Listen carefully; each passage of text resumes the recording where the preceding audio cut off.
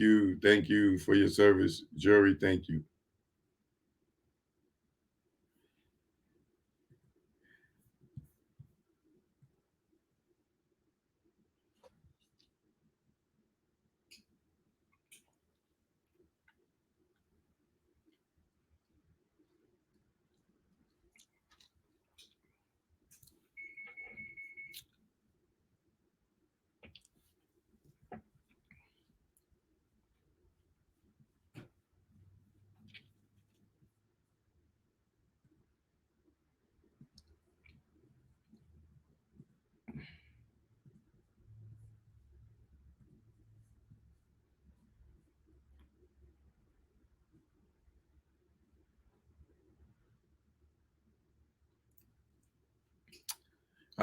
You solemnly swear, next witness, please be seated.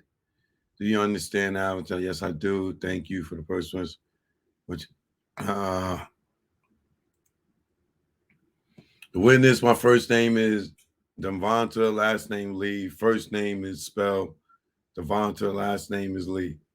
Having been first sworn in, blah, blah, blah, examination. Mr. Lee, are you familiar with the gang called the Southside Crips? Yes, I am. How are you familiar with them? I'm an affiliate. What was this? Were you affiliated with them in the 1990s? Yes, I was. How did you get on the Southside Crips? Well, me and a couple of other mutual friends, you know, knew guys from over on that side of town. We joined. We joined because we had ties with, people we went to school with, things like that. And what side of town? What town are you talking about? Southside Compton. So it was on the east side of Compton, basically. Oh, let me put my copyright disclaimer up here.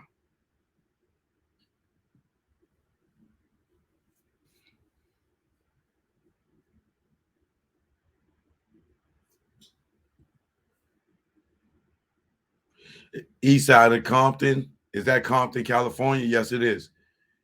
Okay, now in your affiliation with the Southside Crips, did you come to know someone by the name of Keefe D? Yes. Also known as Duane Davis? Yes.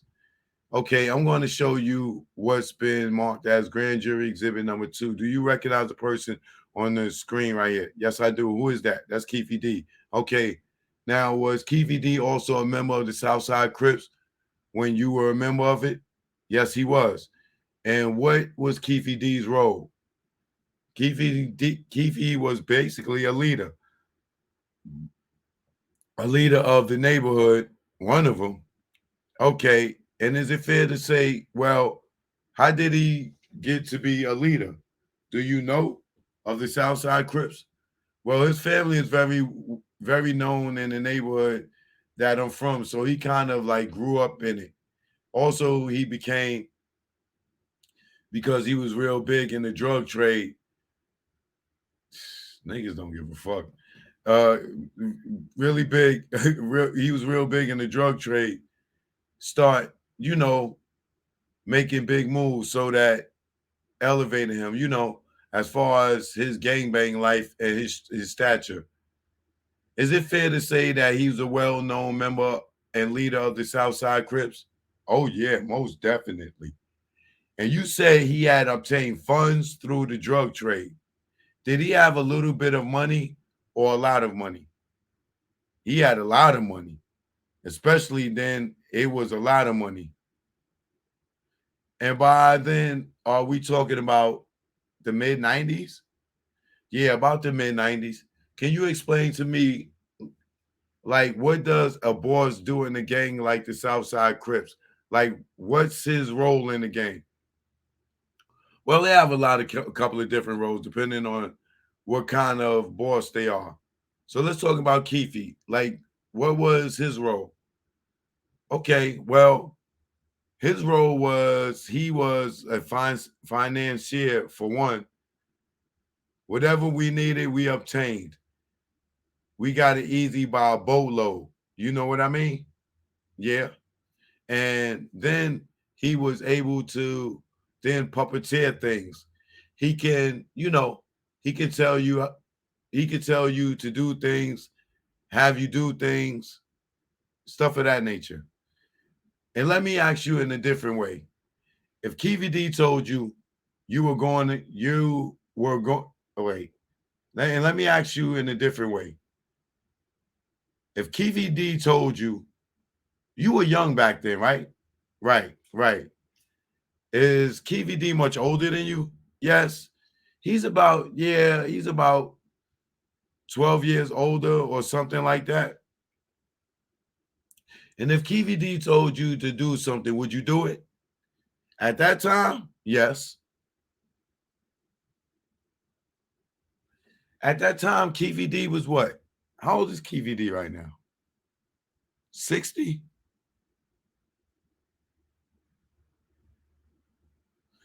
So that means he was about 30,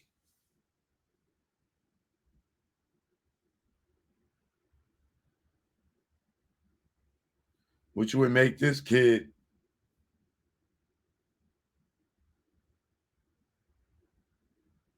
17, 18.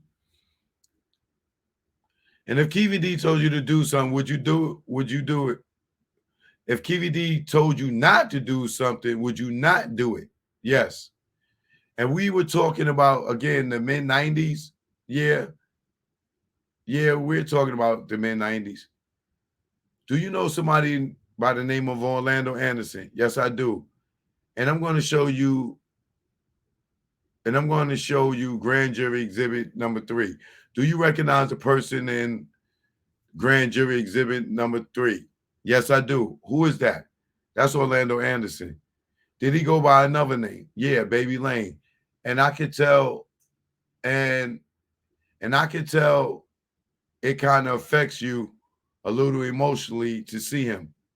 Yeah, I grew up, yeah, of course. Was he somebody that you were close to? I would say pretty close. Pretty close, yeah. Was he also a member of the Southside Crips? Yes, he was. Did he have any relationship to Keefe D? Yes, that's Keefe's nephew. And do you know how he's his nephew? Yeah, from Keefe's. That's Keefe's sister's son. Okay. Yeah.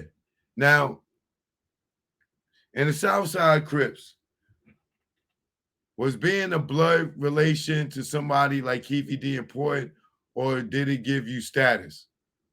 It will only give you status depending on the family status. Like if your family is known for like they ain't nothing, then that's the status that you will be up under until you pull yourself out. Show different. Yeah. In his case, it's like the silver spoon of gangbang. He was born into a pretty well set foundation as far as the gang world. And, the people that you have before you, your uncles and things of that. From your observation, was Keefe D and or Orlando Anderson, Baby Lane, were they close? I would say they were pretty. Yeah, yeah. I would say they were close. I think one reason why Baby Lane got into the drug gang too is because of his uncle and his uncles, it's just all around him. So yeah, they were pretty close. They were close. Okay, I'm going to show you what's been marked as grand jury exhibit number 4. Do you recognize that person depicted in the grand jury photo? Number 4. Yes, I do. Who is that? DeAndre Smith. Do he have any nicknames? Yeah, Big Dre. Okay. Did he also go by Freaky Dre? Freaky Dre also, yes. How did you know Mr. Smith? Me and Mr. Smith used to go to basketball camps together. I don't know if people know, but he used to play basketball. He was pretty good too. Big guy, 6'6", big guy. But yeah, that's how I end up meeting him. And we lived in the same vicinity in Long Beach. So I would see him at the parks, at the school.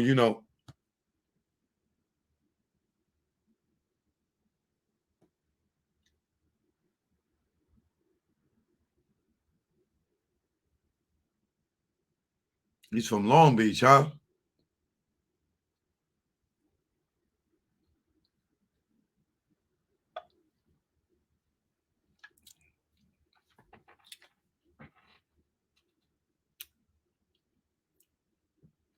And we lived in the same vicinity in Long Beach, so I would see him at the parks, at the school, Then we had our own bond, So we made a little posse, whatever you want to call it. It was called Cash Mall. And that's when things started going the other way, meaning we linked up with the South Sides because, I met Orlando through Big Dre. Okay. And it went from there. And I used to live with him. When we got a little older, we had a couple of apartments together, things like that. So it's fair to say you were pretty close with, well, out of everybody, I was more close to him because we came in together. All right. Now, at one point, you said that you and Big Dre linked up with the Southside Crips. Is that correct? Yes. Can you explain to me how that worked? Well, we used to go to all the local basketball games and football games because we were still 1 foot out, 1 foot in. And plus, Dre's grandmother, I believe it was his grandmother, had a house over there. Why over there? You mean in Compton? Yeah, Compton. Right off the outskirts of the neighborhood. And he went to elementary with Orlando. So that's how he went to elementary with Orlando. So that's how Orlando knew him. And so they just linked back up because seeing each other over at the games, things like that. And then Lane did hear about the little posse or little group we put together and was starting to ring little bells in Long Beach. And he figured out and he found out that Big Dre was the big man of the whole thing. And we started hanging with them after that. And was there and it, and was there a way that you had to get in good with the Southside Crips? Was there initiation or anything like that? Well, we got initiated. Okay, and how does that work? What's the initiation? You fight. Yeah, you fight. Well, there's a couple of ways you can do it. You know, you can get jumped in or you can put in some work, meaning do harm to someone. Oh, okay. A rival gang or something. We chose the fighting. So you got jumped in? Yeah, we got jumped. Did you guys get jumped in separately or together? Well, we got jumped in. So they sized us up. So of course, Big Dre was a big guy. So they gave him somebody of his stature. They did their thing. Boom. Next. See, they didn't. It was like the old way where like a bunch of guys would just wail on you because, for one, Orlando said he wasn't going to let that happen because they let Orlando know first before they even approached us about it. So Orlando said, I'll make it happen, but you all going to have to give them a head up, a fade. That's a head up. You know what I mean? You're not going to pack them out, and bottle treatment and those type of things. And so was it the same day that you and Big Dre got jumped in? Yeah, we got jumped in on the same day. And Orlando was actually, like you had mentioned, Orlando kind of helped orchestrate and make sure it wasn't too bad. He made sure they didn't go overboard. Like I've seen other people get jumped in our gang, and I mean they got done. Oh, really? Yeah. So it was a big help. Let me say that. That's for sure. So you all were close enough to Orlando that he was at least looking out for you guys. Yeah, for sure. For sure. I'm now going to show you grand jury exhibit number 5. Do you recognize the person in grand jury exhibit number 5? That's Terrence Brown. Okay, Terrence Brown. Do Terrence Brown have a nickname? Yeah, T Brown or T Bubbly. Okay, couple names. He switched up through the years. Yeah? Was he a member of the Southside Crips also? Yes, he was. Now it sounds like, correct me if I'm wrong, you, Orlando and DeAndre are more or less the same age. Is that true? Yeah, we're all in the same age bracket, yes. Was Mr. Brown in your age bracket or a different age bracket? He was in Keefe D's age bracket. And based on what you told me before, about 10, 12 years older than you. Yeah. I think he's about, yeah.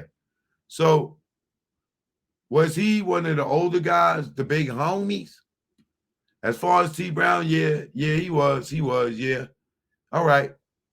I want to ask you a little bit now about the Southside Crips generally. Did they have, did you guys have any main rivals back in the mid 90s? Uh yeah. We had a few, mostly Bloods at the time, Ludus Park, Mall Pyru, Treetop Pyru, Hollywood's Pyru, everything that was on that side of Compton as far as Bloods, that's who we had. Our main one was the Mall. That was the one.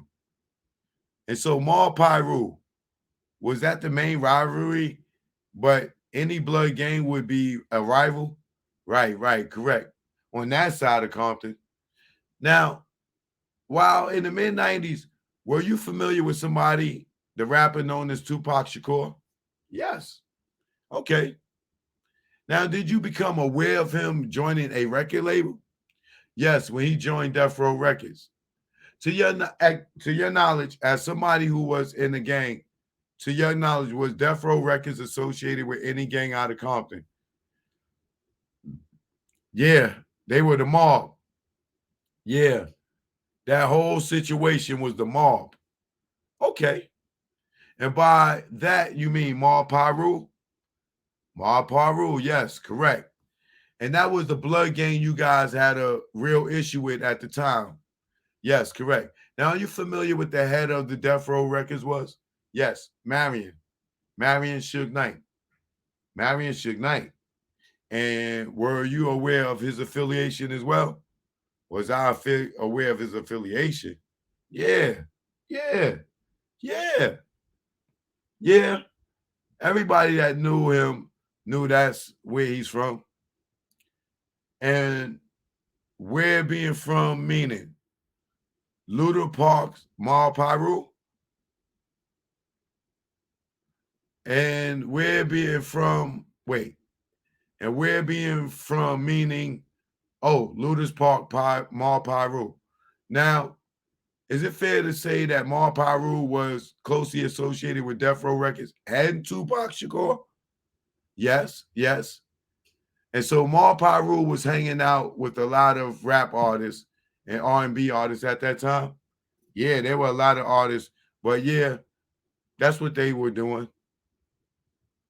Now, during that time period, were the Southside Crips hanging out with any rappers? We didn't start hanging. Well, we did hang. We did have a couple of different rappers come around, but I'm talking about as far as really dealing with them, no. We dealt with Redman before, a couple of other people that you all probably don't know, but one of the main one was Redman. He did a video in our neighborhood before, which Orlando was in the video and everything. He was pretty young then too. Did you guys ever have affiliations, or did you ever hang out with any members of Bad Boy Records? Oh shit. They getting ready to go for fucking Puff. Oh God, here we go.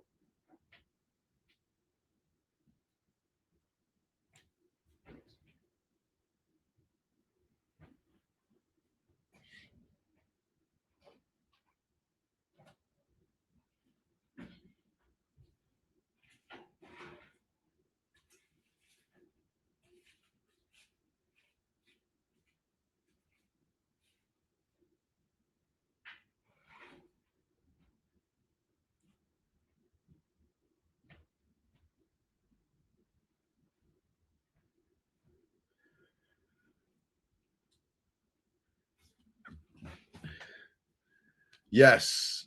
Yeah. Who in particular? Well, we hung out with Biggie, Little C's. It was a group called Total at the time that was a part of Bad Boy. We hung out with them.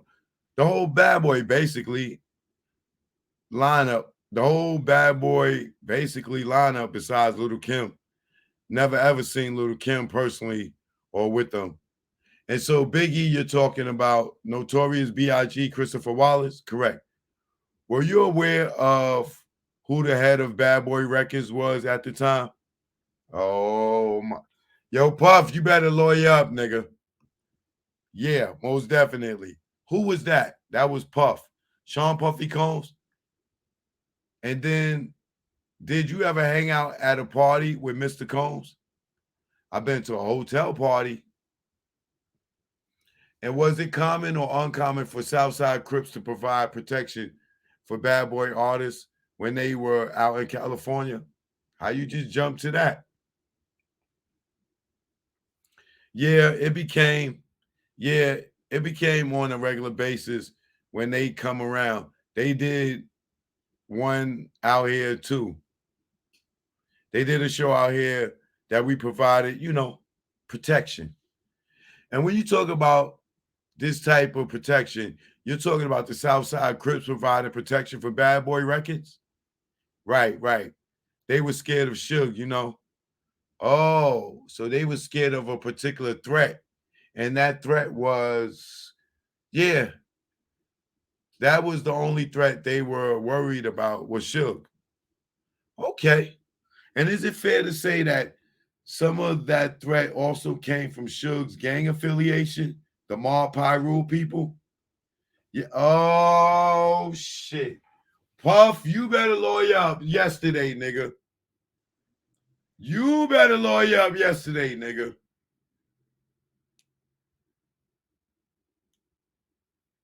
Yes, the gang affiliation.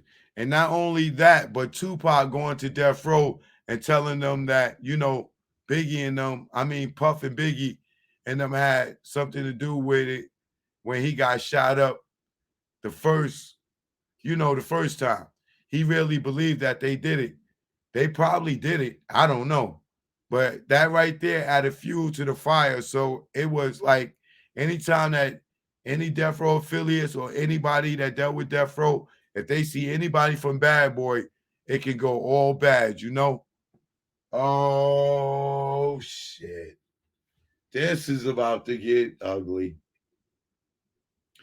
And so is it fair to say that this rivalry was fairly well known in the media and talk a lot and a lot of talk both in the music industry and just of well known in the streets as well.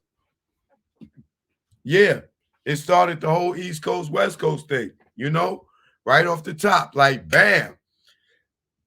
And you talking about the rap beef of it, yeah. And then when it came to the gang issues, you already had Mar Pyru and Southside Crips, which were national rivalries outside of the music industry. Outside of the music industry. Yo, who is this nigga, man?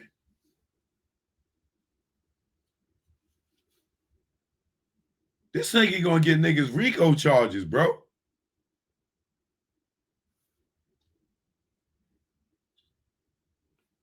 He gonna get niggas RICO charges.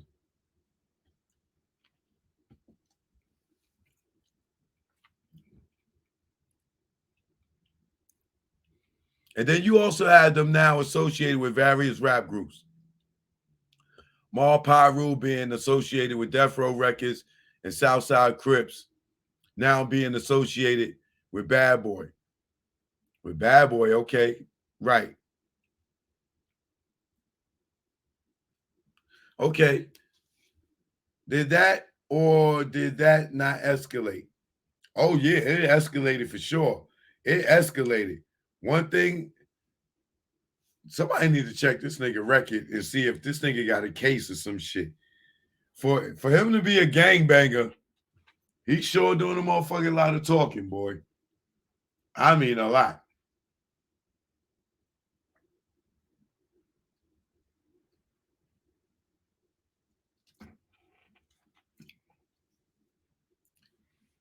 Oh yeah, it escalated for sure.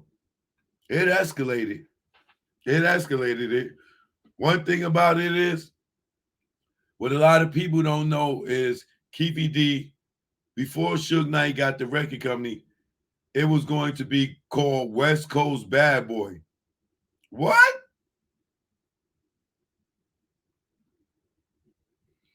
He was going to get the money that Suge got from the same person Suge got it from. But Keefe didn't know nothing about that world, so Keefe was hesitant to dabble in it. So he was taking his time. And that's when Suge came up and swept, you know, went up under him and got it because they knew each other. Suge and Keefe know each other. So yeah, when he heard that Keefe wasn't taking advantage of that situation, he came right on in and took advantage of the situation. He's talking about the Harry O situation. And don't Keefe D act like Harry O is his man?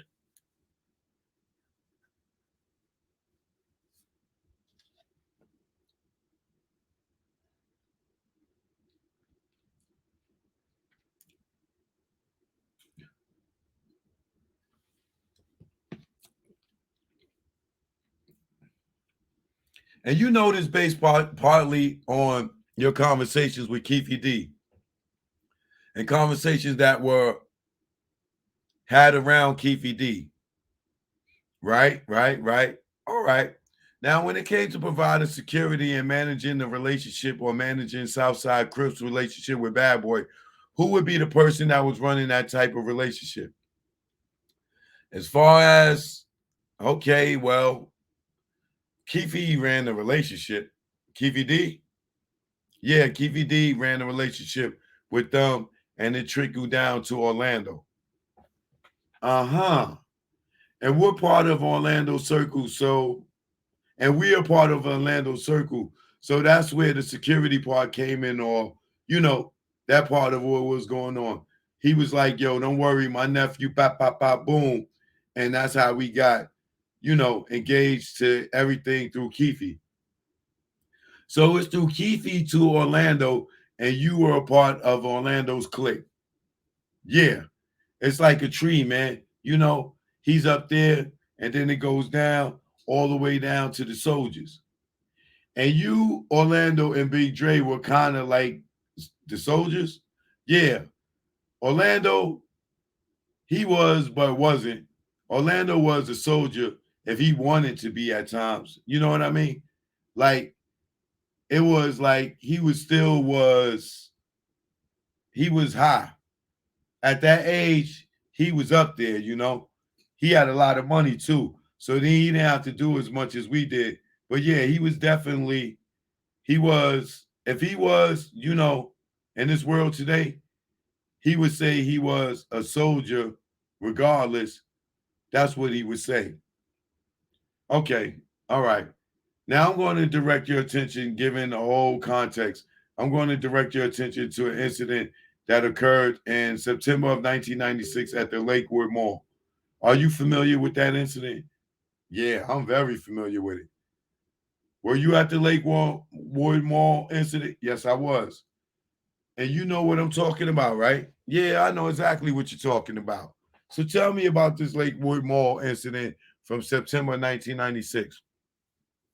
Okay, we had one of our homeboys from our neighborhood was going off to play football for college or something. Yeah, for college. And KVD gave him some money, and he was like, "Man, make sure he gets everything he needs." Da da da da da da da. And we were with him. He said, "You all go with him. Make sure he good." What does mean? Make sure you're with him and make sure he's good. Well, because people still knew that he was from Southside, we didn't want him by himself with $4,000 on him. You know what I mean? It was just more Keefe was like protecting his, what's the word you call it? His investment, basically. So, you all go with him, make sure he's good, gets what he needs, get back over here so we can get on up out of here. And your observation, would Keefe D provide money to various athletes that were going to college to play sports in the neighborhood? Yeah, a couple of them. Yeah. None of that was unusual to you? No, it wasn't. It wasn't because he always felt he was an agent or something anyway. You know that, you know what I mean? Like, oh yeah, I got these players. But yeah, no, that's not out of the ordinary for him. So what happens when you're in the Lakewood Mall? Okay, we were getting to the mall. And actually, I'm sorry, before we get to that point, so do you remember what the football player name was? Yeah, he's deceased now. His name was Marcus Hunter. So it's you, Marcus Hunter. Who else is going to the mall with you? Orlando, two other homies, Saki and Hawk, and one other homie named Blue Rag. They was like one or two other homies, but not from, you know what I mean? It's been a long time, but fair to say a couple more. A couple more, yeah. We were about 7 to 8 deep in the mall. And then while you're at the mall, do you all notice something that causes further events to occur? Your Honor, leading the witness. God damn, yo. There's a lot of motherfucking leading here. You can tell they prepped this motherfucker. It's too much leading, yo. Won't you just tell this story yourself?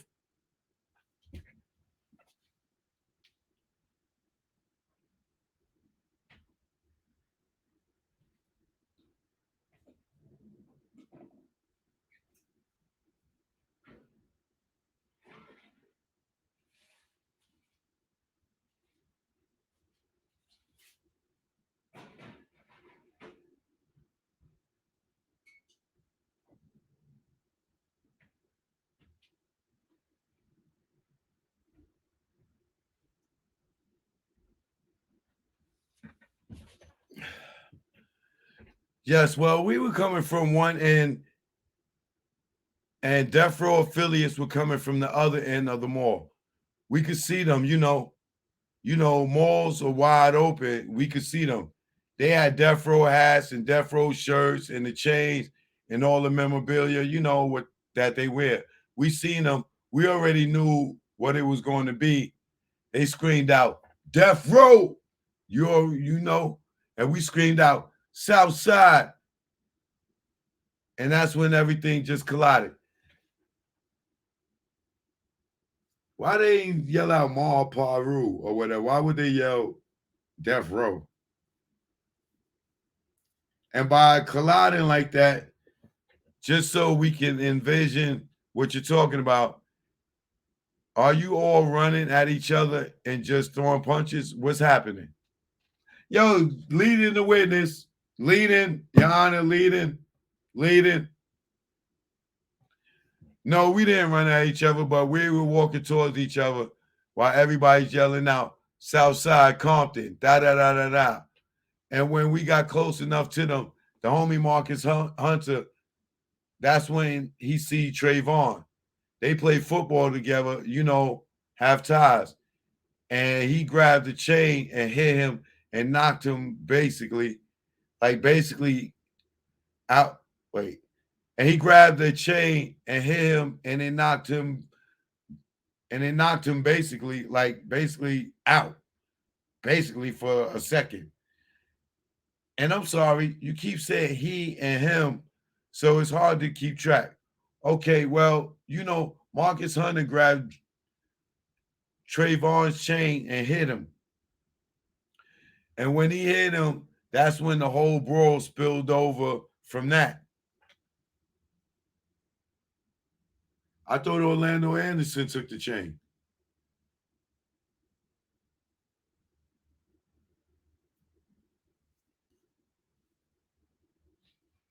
So when Trayvon ran over there and told Buntry and Pac and all them, yo, there go the nigga that took the chain.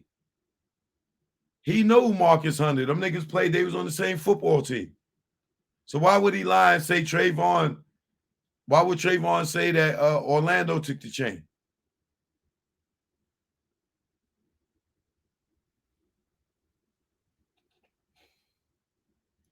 And when he hit him, that's when the whole world spilled over from that. I'm going to show you grand jury exhibit number 6. Do you recognize the person in grand jury number 6? Yes, I do. Who is that? That's Trayvon. Okay, now Trayvon was part of that death row group. Yeah, he's actually from the mob. So he's actually a blood member. This nigga is just telling it. Yeah, before the death row stuff, he's a real member. Okay, so he's a real member of Mob Pyru. These niggas is going. This shit is going to lead to the biggest gang sweep, Rico shit. Watch how this shit is going to have all these niggas go to jail because of niggas like this dude. Watch when that Rico hit. Oh my God, this bro, all this gang shit. This nigga don't even realize what the fuck he doing. I don't think he do. Okay, so he's a real member of the Mob Pyru. Right. And he was representing Death Row as well. Right. That's who gave him the job. Sugar them. Yeah, he was representing them. Okay. So then Marcus Hunter and him Marcus grabbed his chain, grabbed Trayvon's, his Death Row chain. The chain, and then also punched him. Yeah, simultaneously. And as a result of this whole brawl occurs, and as a result of this, a whole brawl occurs. Yeah. We were full out fighting in the mall. People screaming, running. It spilled over into the Foot Locker. They had to rebuild the whole Foot Locker. They had to rebuild it. It was tore up, We were battered, We were bruised, battered. It was a real fight. So how does that situation end? It don't. So at some point, y'all leave the Foot Locker. So how does it end? No. Oh, yeah. Because the sheriff came and we basically outnumbered who came. Okay. So they was just like, they didn't arrest anybody. They just like, get out of here. Of course, they're going to do their homework later, but they just wanted us to get out of there. You know what I mean? So we did. We went our separate ways and got in the car. And, of course, we were calling up, telling homies and the neighborhoods to watch out. We just got into it with these guys. We got this death row chain. They coming. So I want to talk a little bit more about that. So you all are leaving and you had mentioned something about a death row chain. Did you guys actually grab the death row chain? We actually grabbed the chain. I don't know what everybody else thinks, but we actually had the chain. Now, who had the chain? At one point, Marcus had it, Marcus Hunter. Once we got to the neighborhood, we talked to Keefe. Well, I didn't talk to Keefe, but, they talked to Keefe, and they went up, and they went and met up with Keefe. So you weren't part of that conversation. No, I wasn't a part of the conversation because, honestly, I think, if I remember, I went through Orlando. Okay. Orlando went to Keefe. So I don't want to talk about anything that happened there because you weren't at that situation where Keefe, no, I don't know nothing. Yeah. All I know is 10 grand came up for the chain. But other than that, I don't know the conversation. Can I ask you, was there any symbolic value for the gang to have a death row chain? Didn't that mean anything? Yeah, that's like taking somebody's crown or taking it means something. Yeah. That's, for a rival gang to have something that, what I mean, says your guy's logo, everything, that proves that we took that. Oh, so it helped a lot. And there was a lot of repercussions after that too. So is it fair to say that as a result of the chain getting taken, what you had already said was an escalated situation escalated even more. Oh, it blew up. It blew up. I mean, within 24 hours, there were shootings everywhere. Oh my God. This nigga's a gangbanger?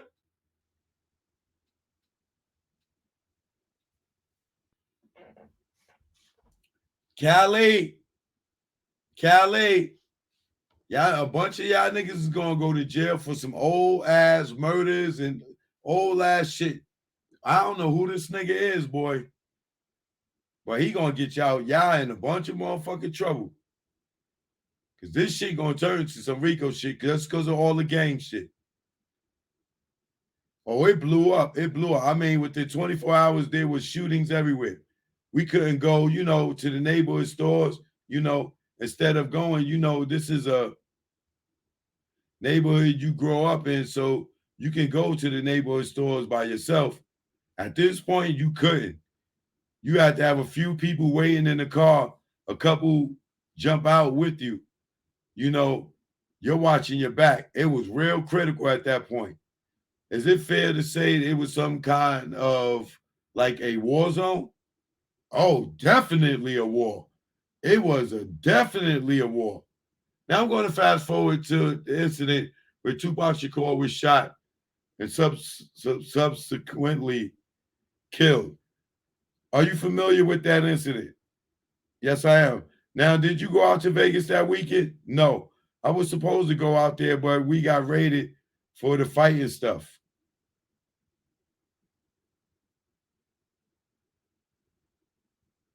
In the Lakewood Mall, and I got caught up in that little web, so I didn't get to attend. Now,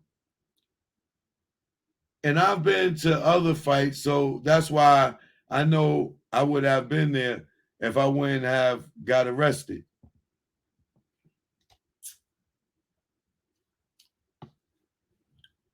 So you had gone to other fights out there in Vegas? Right, correct.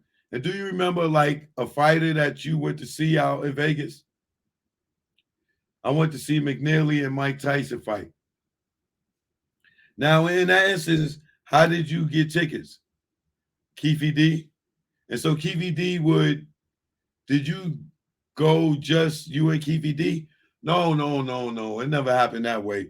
It was very weird that we would travel with them like in the same car or the same whatever. Yeah. They would always be in the front of us and we would be behind them, or just get the tickets. Like, okay, Keefe would be like, give it to Lane and Lane would distribute the tickets to us. And you mentioned earlier that Keefe was the money guy. So he would be the one with the cash to get, and would be the one with the cash to get you guys. Yeah, he bought all the tickets to all that stuff. Did he ever like go through Ticketmaster or go to no. He didn't go to Ticketmaster. He had a booster that was one of the best I ever seen.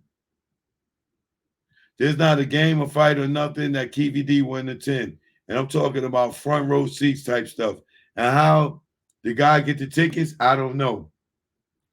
But he was also a well-known person in the scalper industry. Okay.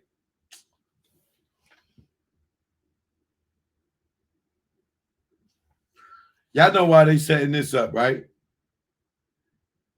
Because if KVD defense say prove that he was in Vegas, if he was there for the Mike Tyson fight, show me Ticketmaster where he bought tickets. So this thing is saying right here, you can tell this shit is all prepped. This is all prepped. Oh, nigga, if you don't know, if KVD don't even deal with you, and you a soldier, and he only deal with his nephew, Orlando, how you know where he get tickets from? How you know where he got, like, every time that he go get tickets, that he get them from a scalper? A nigga with all this money.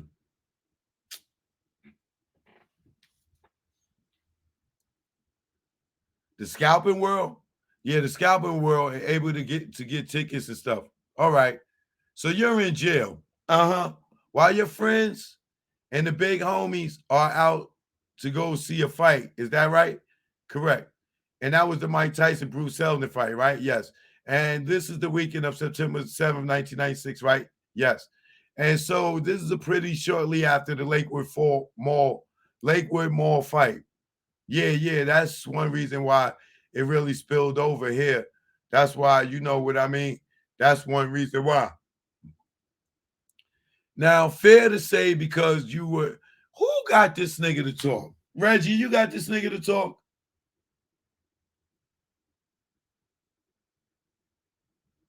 Reggie, you brought this nigga to them? Now, fair to say, because you were in jail, you didn't see or participate in any of the events that occurred around the Tupac Shakur killing, correct? No, I didn't. But your friends were out here during that time, correct? My circle. And your tight circle including Orlando Anderson, right? Right. How you know that, money? You in jail. Somebody told you? How would you know they was in Vegas, nigga, and you in jail in California? Their case is weak, bro.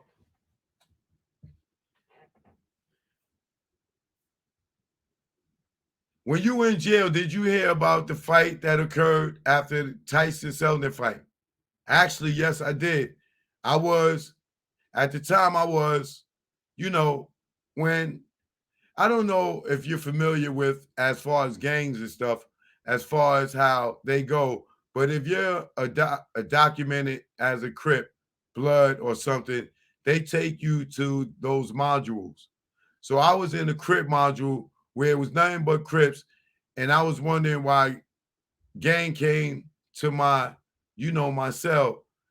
They like, boom, turn around, you know, and I'm like, what's going on, man? He was like, we just want to show you something. So they took me to a room similar to looking like this with just computers and stuff around. And they sat me down and they said, you're not going to like what you're about to see. Blase, blase. I didn't even know what they were going to show me. I didn't know if it was something going on with my family, anything. I don't know what they were about to show me. So they showed me, and that's when I seen the fight. This is before it was even on the news. I seen it. Okay. You know? And the fight you're talking about is an altercation between Orlando Anderson and the members of Death Row. Is that fair? Correct. No, I'm going to show you what's been marked as grand jury exhibit number 8. You said you've seen this many times before. Is that correct? Yes. Is it fair to say that some portions of this are even on the internet? Is that correct? Yeah, certain things I see is not on the internet. Okay, I'm going to pause it here real quick. What are we looking at right here? What's going on here? Death Row guys jumping Orlando. Now, so the Death Row, so the Death Rows are jumping Orlando. You being affiliated with gangs and you understand you're in the heat of this during this time. Is this something that might happen in retaliation for a chain or getting stolen? Yo, you leading the fucking witness, bro. You telling me, come on, bro. You leading the witness, man. You leading the witness, man. You leading the witness. All is this is to create the narrative that Tupac got killed for the fucking chain, bro. All they did was look at all this shit on the YouTube and go find somebody, or somebody brought this dude to cooperate this story about the fucking chain. And that's going to be the motive to try to get Keefe D locked up. The fucking chain. And then the bad boy shit, they're going to try to say it was the bounty and all that other shit. And then he already said, oh, sure. I mean, when they gave Keefe G the chain, he got 10 grand. How can you prove any of this shit?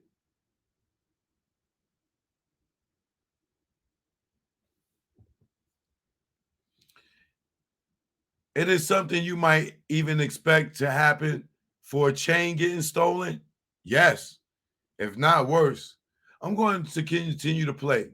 Now, from your observation, did that appear to be, what did that appear to be like in terms of it on a one-on-one fade, or was it, yo, get the fuck, are you serious right now? So the prosecutor is saying a fade, what is this, a one-on-one? They said, you leading the fucking witness. This is how motherfuckers, they telling him the story and he just agreeing it. They telling him the story. No, they jumped him. And is that something that happens sometimes in gang situations? You ain't got to be in a gang to get jumped. You get jumped in school. Little kids jump people. Cops jump people. You ain't got to be a gang member to get jumped by some cops.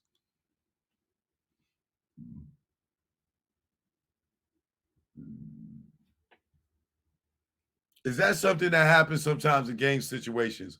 Yeah, the majority of the time. All right. Now, in your experience, if somebody does this to a member of a Southside Crip, is there repercussions that needs to happen? Leading the witness, Your Honor. Leading the witness, Your Honor. Yes, something has to happen. Yo, come on, bro. Come on, bro. Come on, bro. You in jail, nigga. You're not a good witness. You're in jail at the time this happened. This nigga saw as much as Reggie saw. He was there as much as Reggie was. It's the world of gangs. If you don't retaliate to a situation that happened or occurred, especially in the magnitude of this, you know what I mean? And to the person that you did it to, that's the whole key. It depends on who the person is, you know? A lot of homeboys get beat up, come back, oh man, and they got me. And a lot of homies won't even run to their aid like that. Okay? If we catch them, we catch them. You know? But if you at a certain level, it's going to happen. Like that, like this. And people are going to, they're going to do something. It's going to happen. The video now stopped at 20:52 and 39 seconds. Do you see somebody wearing a Dan Marino jersey? Yes, that's my buddy, Orlando Anderson. And was that the person that was getting beat on at the MGM? Yes. Okay. Now, we already talked about Orlando Anderson being the nephew of Keefe D, and I think you described him as somebody in the gang world had the silver spoon, was born with the silver spoon in his mouth in the gang world. Right. So him getting beat down by Mal Pyru and Death Row was going to necessitate a reaction by the Southside Crips. For sure it was. Speculation, Your Honor. The prosecutor's leading the witness. For sure it was. Like every situation, niggas don't squash shit or hash it out. Or just never see each other again. And if we're being honest, if you were out there with that case, oh, come on, my nigga. Stop. You leading the witness. You leading the witness, Your Honor. Your Honor. If we're being honest, if you were out there, would that cause you to have to react a certain kind of way? Most definitely, good. While you were in jail or after, well, how long were you in jail? It was only a couple of days.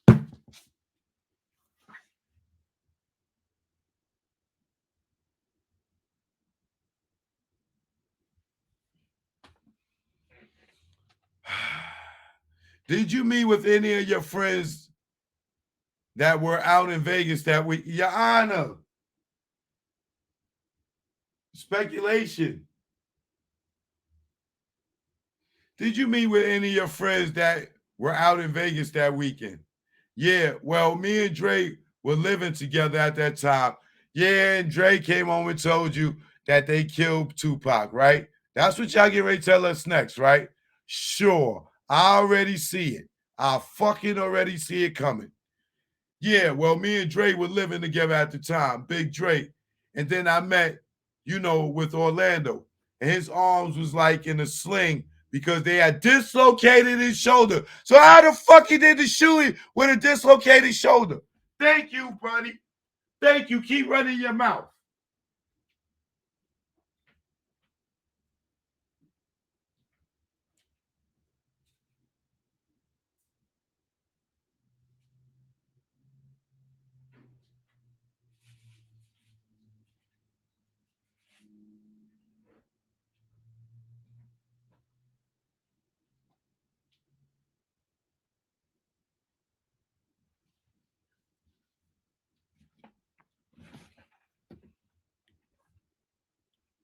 And his arm was in a sling because they had dislocated his shoulder. I know y'all heard that before. If you didn't hear that before, and this is your first time hearing this is nothing new to us. Which his shoulder was already messed up where he used to get in fights, he would throw his shoulders sometime. But during that altercation, it popped.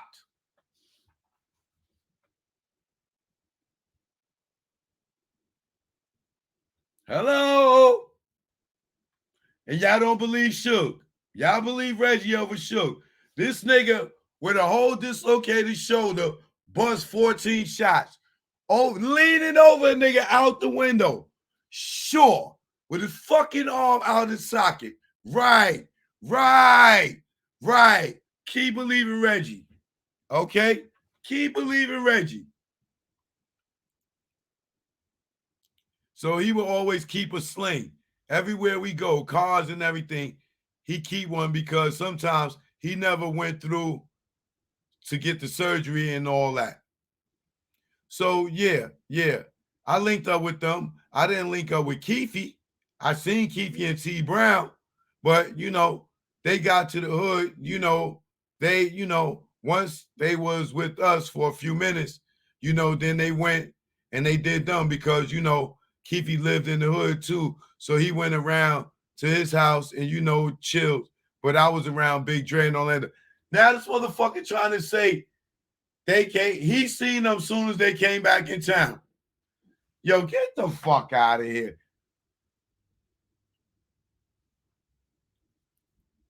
Since you and Big Dre lived together, did you ever have a conversation with Big Dre about what went down this weekend? Speculation, Your Honor. Yeah, he told me what happened. And when he did, when did he tell you what happened? Like, did it happen right after? Right when he came back? No, we weren't around anyone. It was just us at home. When he left the neighborhood, we went home. We lived in Hawthorne at the time. And we went there and, we were just sitting there, like we'll just be talking.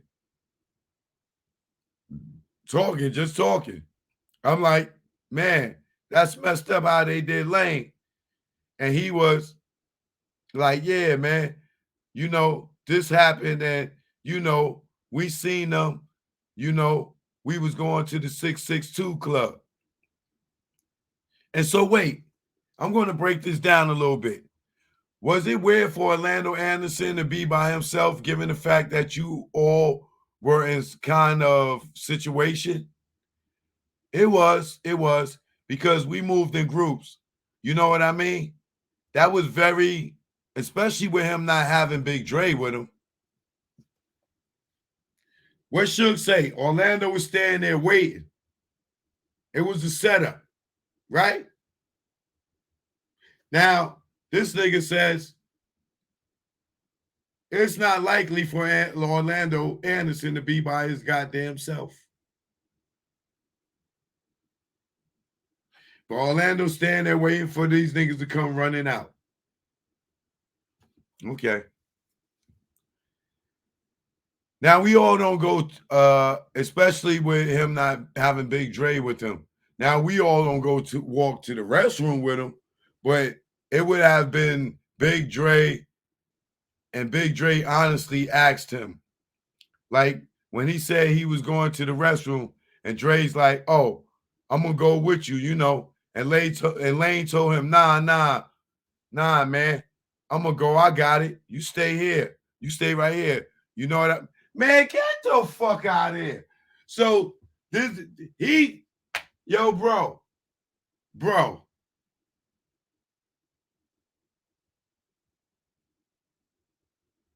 y'all believe this? This nigga telling the story like he was there in the casino with them. And Dre came and told this nigga all this. Yo, man, yeah, the nigga Orlando wanted to go to the bathroom. He went to the bathroom. I was like, nah. Bro. Yo, this is horrible, bro. This is horrible. And it's 27 years later, and this nigga, stop. And Lay told him, nah, I'm gonna go. I got it. You stay right here. You know what I mean? I don't know what Lane was thinking. He knew that death row people were there. That's for sure. He knew that. How he knew that? Everybody knew death row people were there. Question. Everybody knew that death row people were there. Everybody knew that death row were there. They even knew death row knew we were there before we even got there. Huh?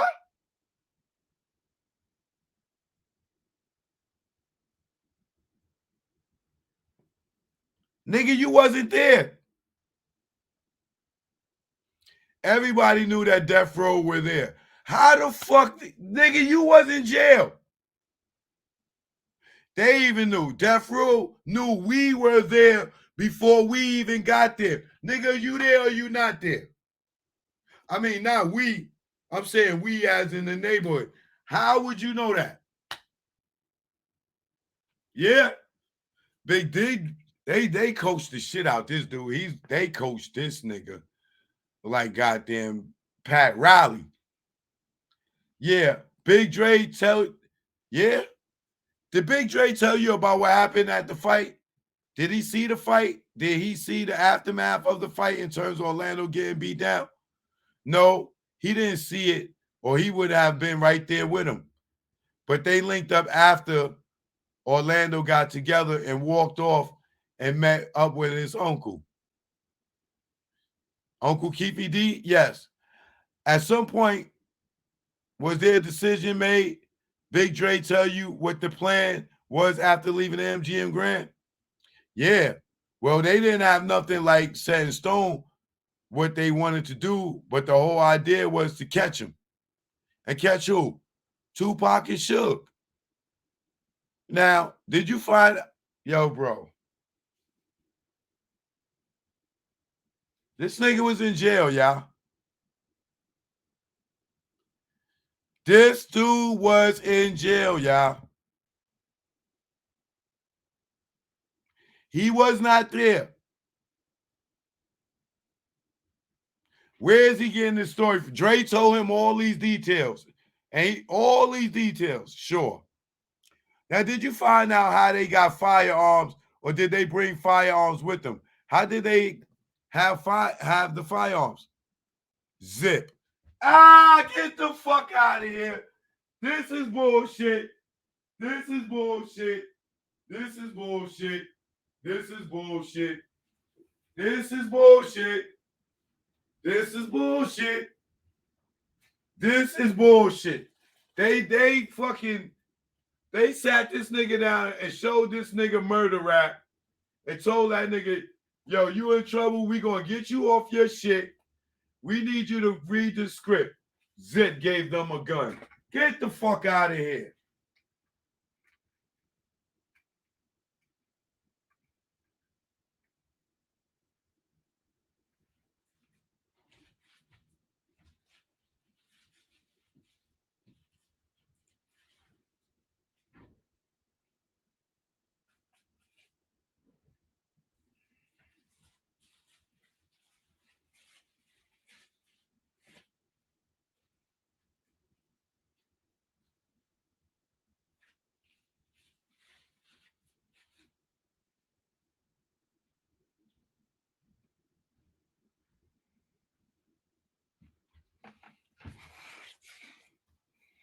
Zip, one of these players that's out of New York, out of Harlem. That's actually how we met Puff. I feel like Reggie coached this nigga for this shit. Allegedly. Zip, one of these players that's out of New York, out of Harlem. That's actually how we met Puff. That's how we got connected with Puff. Is through his drug lord. Bro, I'm done. Nigga, I'm done. I am done. I hope this nigga testimony is almost over. This is the biggest crock of bullshit. This is bullshit. This nigga was not there, y'all. Zip, one of these players that's out of New York, out of Harlem. That's actually how we met Puff. That's how we got connected with Puff, is through his drug lord. Even bigger, he was bigger than Keefe, way bigger than Keefe D, but out of Harlem. And he had a compartment built in his Benz, and he told Keefe, I got the pistol. If all you needed, da da da da da. This nigga was not there. This nigga was not there. But not only that, at that time, we had homeboys that live here. So we were, nigga, you not there. What are you talking about? We. This nigga's, yo, bro. They trying to coordinate linking up with the homies too. You know what I mean? That was living here already to get weapons. And they were going to meet up at the 662 club, like, meet up. This nigga's lying, bro. Okay. They just got the guns from Zip. Zip gave them the gun to Keefe. And that's what Dre told you, that Zip got the gun. Your Honor, misleading, leading a fucking, bro. Yeah, that's Zip, yeah. So I want to show you grand jury exhibit number 7. And you say that's Zip. Yes. So you heard from Dre that Keefe gets the gun from Zip. Have you ever seen this secret compartment before? I knew he had it. He used to have them in his vans. He used to. Now, the question was, have you ever seen it in the Benz, nigga? And how do you know the Benz? How did he get the Benz in fucking Vegas? He drove to Vegas, Zip. Zip drove to Vegas. Right, nigga. Right. Sure. From New York. 2 days, he drove to watch the Tyson fight. Sure. Okay. I knew he had it. He used to have them in his vans. He used to have those kind of vans where, like a family van, the big ones, but like safari vans. But yeah, they be tricked out and have, we knew he had compartments and stuff like that. But I didn't actually see, that compartment and things like that. So you telling me Zip drove all the way from New York to Las Vegas just so he can have a gun with him in Vegas? A nigga that hangs with Don King and Mike Tyson? Fuck he need a gun for? In Vegas.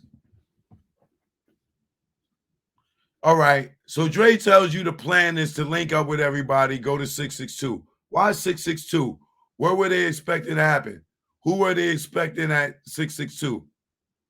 You know who the fuck they was expecting. Come on, knock the bullshit off. This shit is so leading. This is bullshit. They don't have no evidence, bro. This dude was not there. Dre's not even alive to cooperate this nigga's story.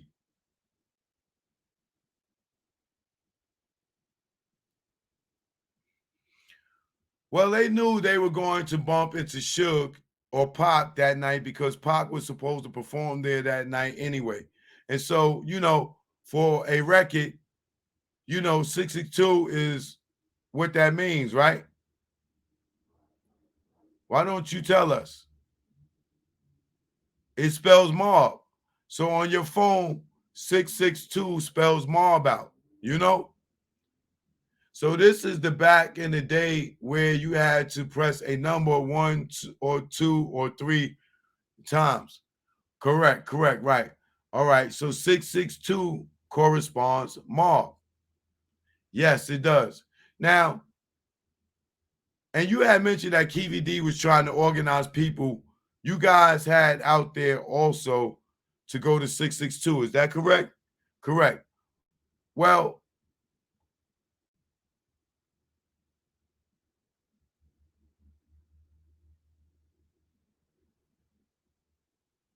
this nigga was not there, bro. Correct. Well, let them know that this is what's going on. We were beefing. Who is we, bro? You not there. Well, we already was beefing, but it's on. We had it over here. And, you know, of course, they're like, let us get together. Boom, boom. We're going to meet you guys over there. And is it fair to say communication was a little bit more difficult back in 1996? Yeah, way difficult. Yes, way different. So that's why the time gap of, because in that case, they would have been at the MGM and like that, you know, anything's accessible right there. You can hop on the freeway, boom, you right there. But yeah, so they just went on their own, you know. We was going anyway, but bro, you was not there. Yo, this shit could be so misleading to a grand jury. They'll forget that this nigga was in jail with the way he talking about it. Like he's there. So Dre tells you what happens. Like, do they see Tupac at 662? No, actually, at 662, on the way to 662, they see him. Not actually at 662. On the way to 662, they seen him. They said how they seen him was Suge and them had an entourage of cars behind them, you know, with different people, homies, possibly security behind them. And then they said what caught their eye was they seen some girls who were like, oh, that's this nigga watched murder rap, bro. Come on, bro. This nigga is saying the same exact story. This dude was not there, y'all. Any nigga could watch murder rap and say Dre was they best friend. They live with them and Dre told them that. You really think Keefe D is gonna let a nigga go back and tell a nigga about a murder? You don't think the four niggas in the car were sworn to secrecy? Who will go back and brag about killing the biggest nigga in the world and the shit is all over the fucking news?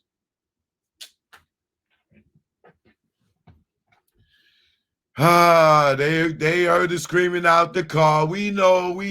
Let me tell ya. Tupac. So that alerted because they didn't know which car nobody was in at the time. So they signaled them to like Tupac and them was in the 745 or 750, whatever it was. So T Brown merged a certain way because remind you, they were in an entourage. So we were, the homies was in the entourage, and they kind of just zoomed up right on the side of where Tupac was, is where Tupac and them was at. So I'm going to stop you right there. You said T Brown. Dre told you T Brown was driving? No, this nigga was there. Ain't nobody got to tell him nothing. This nigga was there. Yeah, T Brown was driving. Keefe D was in the passenger side. Orlando was in the passenger rear right side. And DeAndre was on the left side. Bro, how you know this? This nigga told you all this shit. Or did you see Murder Rap too, nigga? Well, yeah, he did a lot of, T Brown was one of those people that does a lot of dirt. So he had to drive away from a lot of people in his lifetime. So he was actually put good at it, you know? Man, get the fuck out. Yo, bro. So he was known as a pretty good wheelman. Yes, yes. And then you said KVD was in the front passenger seat. Yes. Did that surprise you that KVD would be in the front? I mean, given the fact that his stature and he's the OG, wouldn't it make sense that he was in the front? Would it make sense that he was in the front? Yeah, he wasn't going to get in the back. And then you said Orlando Anderson is behind his uncle, was behind his uncle. Yeah. And then you said that Big Dre was on the driver's side back, right? Yeah, behind Terry. Okay. So did Big Dre tell you what happens after they see Tupac? Well, yeah. They got on the side of him. Keefe D handed the gun to Lane. And Lane's Orlando Anderson, yeah. And he handed it to him, which honestly, if it wasn't Orlando sitting right there, I think he would have handed it to Dre first because Dre was on that side. Why you got to think if Dre told you everything else, nigga? Why are you even fucking thinking right now? Dre told you everything. Why do you have to think?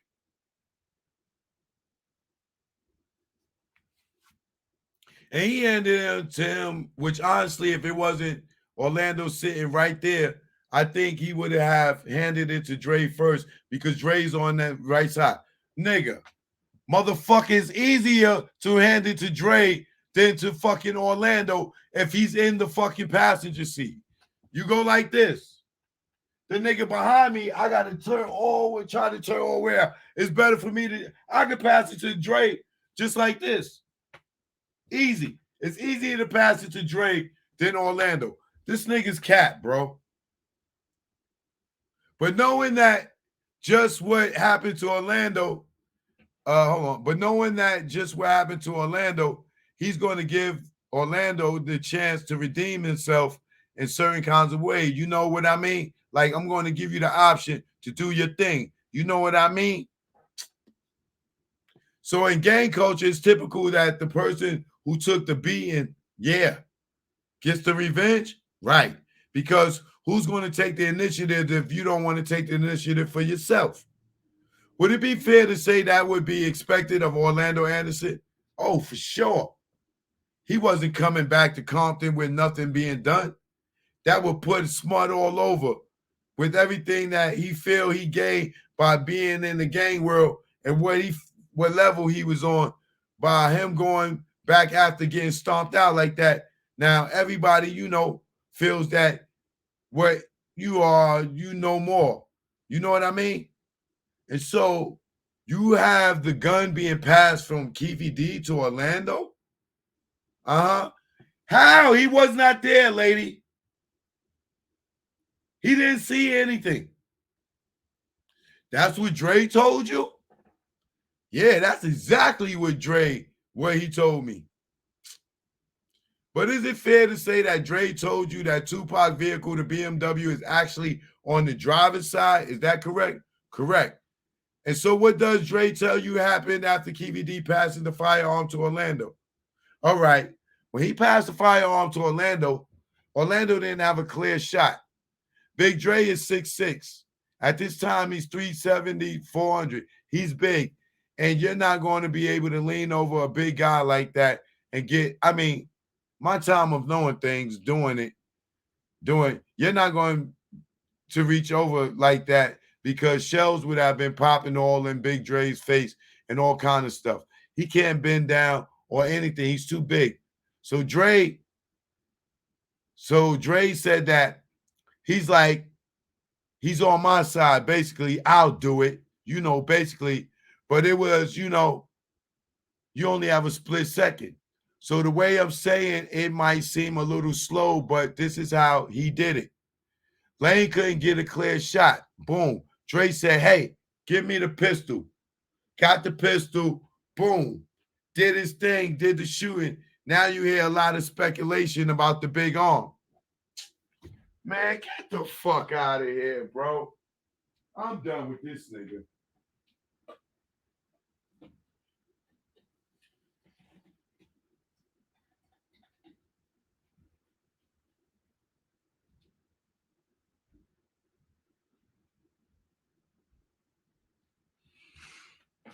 If you don't know a nigga that's coached that got so much detail for some shit that he wasn't at, and the nigga told him this shit 27 years ago, and he got all this fucking detail, man, you telling me this nigga ain't watched Murder Rap?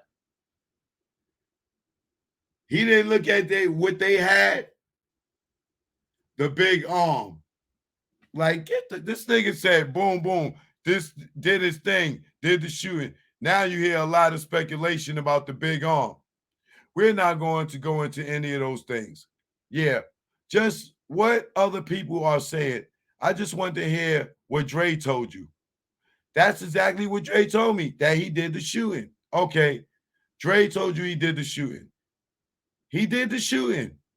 And based on his size and where he was positioned, where he says he was positioned in the car, he was better positioned to do it, period.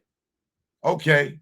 Now, one thing I didn't ask you is, did they ever tell you what car they were in, what kind of car? Yeah, it was a white Cadillac that was rented from, I believe it was Terry's, his mother or his brother. Bro, how much money Reggie gave you, nigga?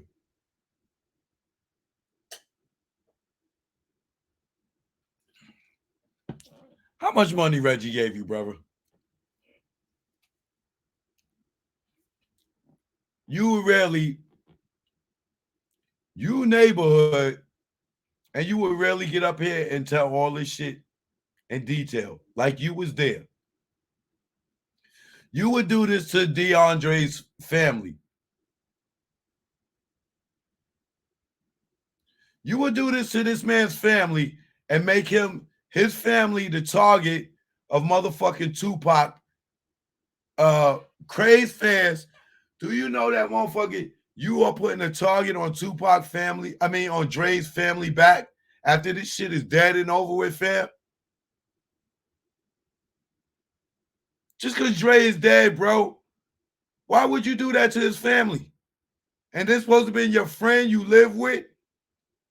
And you in the gang and you snitching on your man saying that he killed Tupac? Like, that man ain't got no family out here. Okay? With friends like this, who need enemies? Y'all better watch who your fucking friends are. Your ass died, niggas will put your family in the guillotine. Yeah, it was a white Cadillac that was rented from, I believe it was Terry's. His mother, this nigga got the answer to every fucking detail, bro. The soldier that was 17 at the time, 16. He know grown-ass men business. Yeah, it was a white Cadillac that was rented from, I believe it was Terry's, his mother or his brother.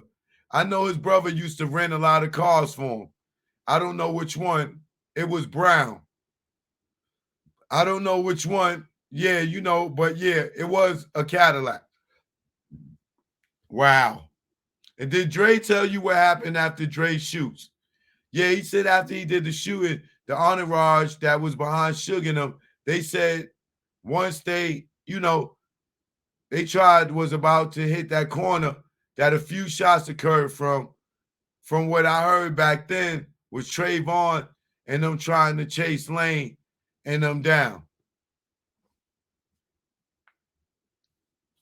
Now we know Trayvon didn't chase them down. We know it was Buntree. So Dre told you that Trayvon, the person, if we could take a step back, the person who Chain got taken back at the Lakewood Mall, Trayvon is the one that's returning fire, trying to chase him down. He was in the car with someone else, but I don't know who. How you know? Yo, bro. Oh, man. Yo, I hope Keefe D got some bomb-ass lawyers. They can tear this motherfucking nigga ass up. But yeah, Trayvon sent a couple of shots at at Keefe D's way. Keefe D and them tried to pursue Chase. But Terrence got got away, maneuvered. It was some girls too that was trying to follow Dre in them. Dre told this nigga all this shit. Y'all believe this shit? Or y'all believe they trying to fucking get a conviction?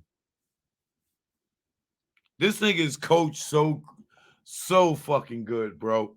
This nigga's coached more than Azriel Clary. Dre and them, he said he just gave them a couple back, like boom, boom, boom, And he said they were just veered off basically, and that's how they just kept going. So then Dre tell you what they did after the shooting? He didn't exactly tell me. So if he didn't tell you, then yeah. And I didn't ask, you know what I mean? Certain things, when you get too involved in it, like you say, oh, well, then what do you do? Now it seems like you're trying to get information. And they'll think that regardless, you could be their best bud, and they'll be like, man, why you asking me? You know what I mean? So you kind of got to let that come out to you from them, You can't really ask, oh, man, this, and that, and you can't. That's the cardinal sin. Let me ask you this. I mean, was this just part of a normal Was this just him relaying it to you, or were you trying to get information? No, I wasn't trying to get information. It was just standard conversation, Standard conversation, a nigga to confess to a fucking murder. Sure, buddy. We lived together, talk about stuff. It was that type of setting. So when they came back to LA, do you ever see the car again? Did you ever see the white Cadillac? Yeah, I seen it before. Yeah. They had it a couple of days before they left. So you saw it before they left. Yeah. And did you see it after? And did you see it after at all? And did you see it after at all? I didn't see it when it came back. No, I didn't. Nigga, you just said you did earlier. Who was driving it? Or what the white cat? Who was driving it, or who had the white Cadillac when you saw it before they left? Terry. Yeah. Terry had it. He had it.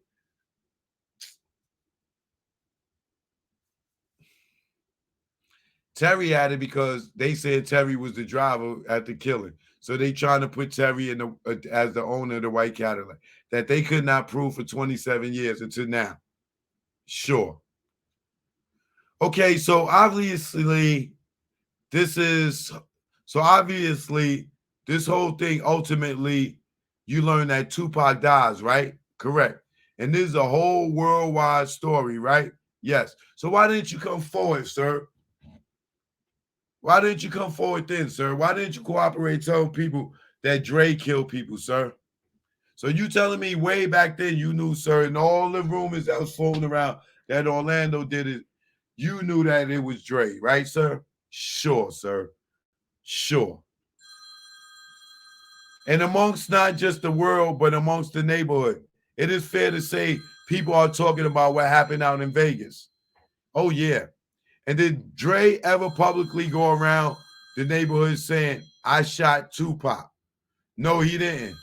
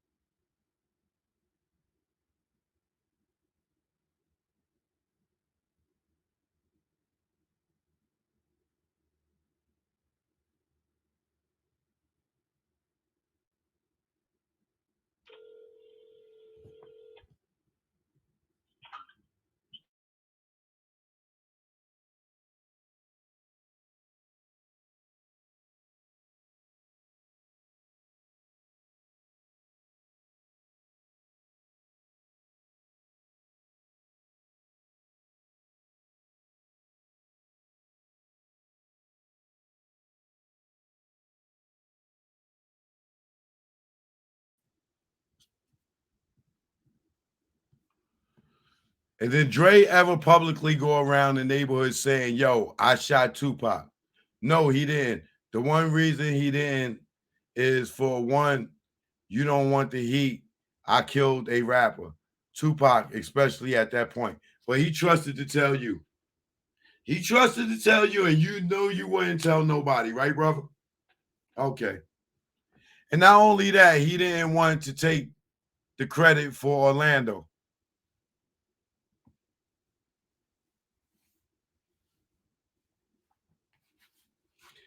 So y'all, do y'all believe Reggie or y'all believe Suge?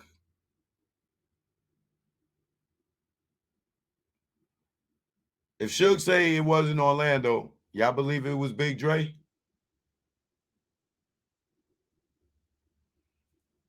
Not the pretty, the guy that looked like a light-skinned dude that looked like a bitch that Gaddafi said? Y'all believe these people, right?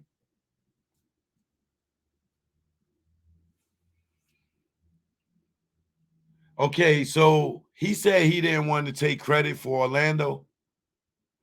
So he said he didn't want to take the credit for Orlando. While you were in the hood, were people or in the neighborhood, were people assuming that Orlando was the shooter? Yeah, that's how it was painted. Everybody said Orlando did it. So the word on the street was Orlando. It was Orlando. Word on the street. And so Dre told you he didn't want to take the credit for it. Yeah, he said there wasn't no reason, it happened to him. It happened to Orlando. And by him knowing the street aspect of everything, he like, no, that's his best bud. He like, yo, go ahead, man. I'll let you get, this glory at the time. So yeah, he just kind of fell back and left it alone. I'm gonna let my man go to jail for fucking killing Tupac. Right. Right. Yeah, go ahead and take the credit, nigga. I'm gonna let you take the credit. So if you get arrested and go to jail for it, I'm just gonna let you go to jail so you can have the rep, my nigga. Sure, my nigga. Sure, my nigga. Now, did it affect the gang culture, particularly in the mid 90s? Like, was it important that Orlando Anderson is the person that gets the retaliation for beating that he took at the MGM? Yes, because back then it was called you got to get your man. Okay. So that's like whenever somebody they did it to you, did something to you, your whole thing, you have to get your man because you won't be respected. If you do anything else besides get your man, it was all for nothing, basically. So, I mean, would people look at Orlando in a slightly lower level, even if it was his homie Dre that did the shooting? Yeah, they would. Yeah, they would. They would. A lot of people wait for these moments. You know what I mean? Like, he ain't all that or he ain't all this. And then if that came out that he didn't do it, like now it's a whole thing. Now you're now you are the subject to get tested because you are not the person that you supposed to be or portraying to be. And by getting tested, you mean other people the game might challenge? Yeah, they might try to challenge. And stop leading you know what I mean? Your gang, and that can be a problem. Now, when you were in a group setting with Orlando Anderson, would people ever say, like, would the homies ever say to Orlando, oh yeah, you got Tupac, or mention the fact that yeah, a few homies. See, our homies, our block though, we all South Side, but you know, there's streets. But but right, but right there where we at, nobody on our end was saying nothing like that. It's the other hoods that just want to know, like, man, you did pop, bro, woo woo. And to be honest, Lane just be like, man, y'all crazy, man. Don't believe everything you hear. He used to shut them off, which they knew the truth. Right. But you know what I mean? Well, they thought they knew the truth, But he never gloated about it. Oh, he just played it off. Yeah, he just played it off. Man, you know, y'all all crazy like that. So he never gloated about it or took it like oh, I'm the man. Honestly, I never seen that. I didn't see that in him. You know what I mean?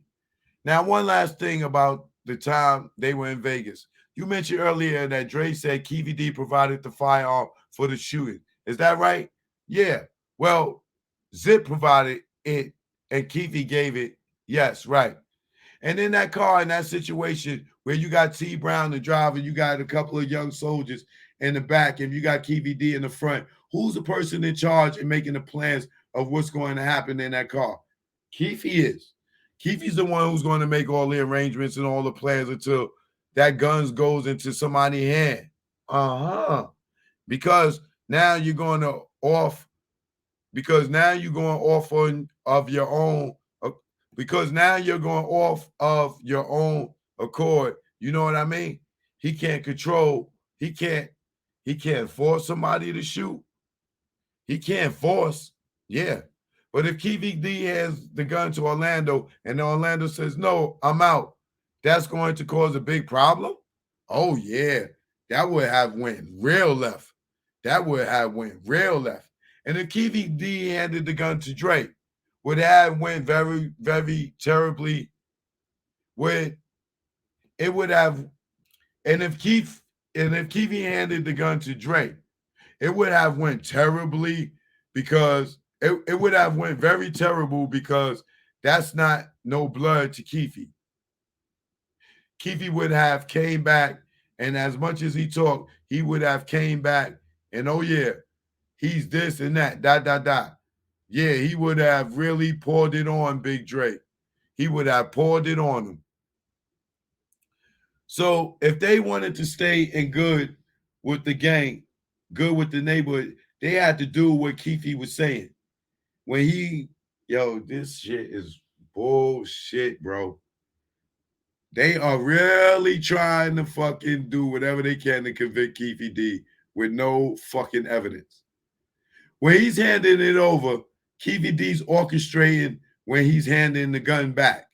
Right, right. At least attempt. At least attempt. It doesn't mean at least. If tragedy wouldn't have happened, as long as they have known that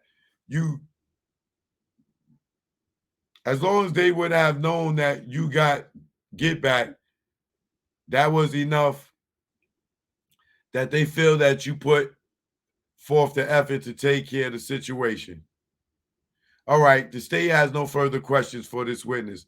Does any members of the grand jury have any questions for Mr. Lee? Yes, ma'am. Juror, do you go by a different name besides Devonta? Yes, my gang banging name was Dirt Rock. Dirt like dirt and rock. Rock? Yeah. So the intended target wasn't necessarily Tupac. It was just a person from death row? No, not just a person from death row, because in that case, they could have went anywhere and got, anybody from death row. It was specifics. If you didn't get Sugar Tupac, it was basically for nothing. You know what I mean? Man, get the fuck out of here, bro. It wouldn't have brought no justice to our team at that time. So they feel that they got something good, which was Orlando Anderson, even though he didn't get, killed that day. But they did feel, so we have to match the energy, meaning we have to get somebody on their stature or higher. This nigga is cap, bro. And Sugar Tupac are the main ones. Plus Orlando Anderson. Orlando Anderson was no main nigga. If anything, Keefe D would be somebody that y'all would have to do something for. Suge and Pac is the head of Orlando ain't equivalent to shoot to Pac and Suge on a level. Like this nigga's cap, bro. They coached the shit out this kid. And Suge and Tupac are the main ones. Plus, Orlando had a problem with Tupac running up on him because he felt Tupac couldn't beat him. He couldn't beat him up or nothing. He really wanted to fight Tupac, literally. And so, yeah, that was the goal to get Sugar Tupac. Anybody from Death Row, it wouldn't have done no good. Yes, ma'am. Was Sugar Tupac involved in the MGM thing, or was that just some? No. Death Row Soldiers? Not to cut you off. I'm sorry. That's okay. Yes, they were involved. They were there. Yeah, they were there. Suge tried to act like he didn't kick Orlando. He tried to act like he wasn't participating in it. Even Orlando said, let me stop you. We will have other witnesses who will describe who each of these people are. But let me just ask you, and watching the video you watch, have you seen Tupac and Suge actually involved? See, Suge's over there, the big guy in the back. He's the one that got in a few kicks. There's Pac right there. So let me ask you a question. Let me ask you in this way. When Dre was telling you what happened at the MGM, did Dre tell you about who everyone believes started this fight? That's kind of, I don't know. Because Dre told me, okay, you know what? Have you strike that? Did you become aware of who started the fight at the MGM Grand? I didn't know who exactly started it. Okay, so if you don't know, that's fine. Yeah, I don't know who started it. Nigga, you wasn't there. You don't know shit. You know as much as Reggie know. Y'all ain't see the fight. Y'all ain't see the shooting. Any other questions? Oh, yeah. Sorry, one question. So from your knowledge or what you were made aware of, there was only one firearm that was fired? Correct. Now, Keefe D said Tupac fired the first gun, the gunshot. How do this dude know anything? Why are they asking this dude anything? He was not there. And when you say one firearm, you mean Dre told you that there was only one firearm shooting, right? From the vehicle? From the white Cadillac. Yeah, that's the only weapon that was in the vehicle. How the fuck would this nigga know that?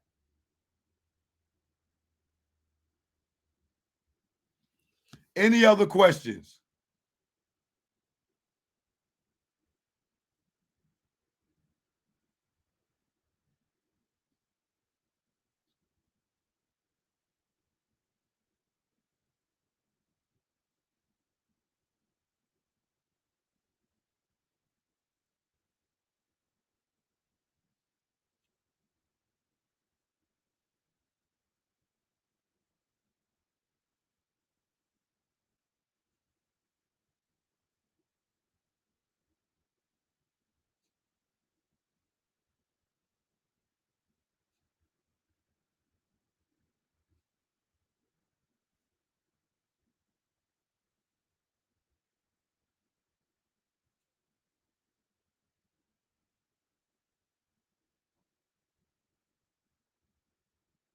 God damn, look at all this evidence. Sheesh.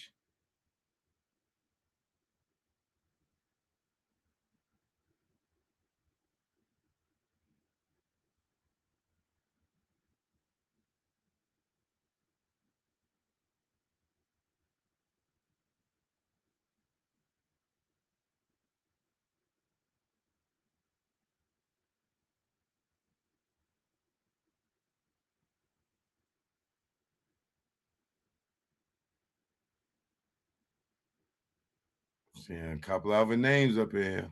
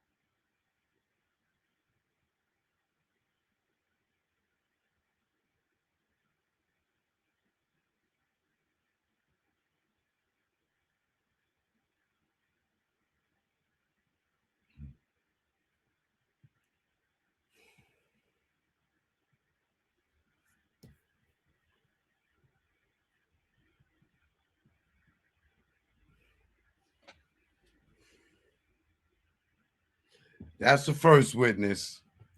A nigga that was not there. He's telling us that Dre told him all these details. And we supposed to believe this? That's they star witness.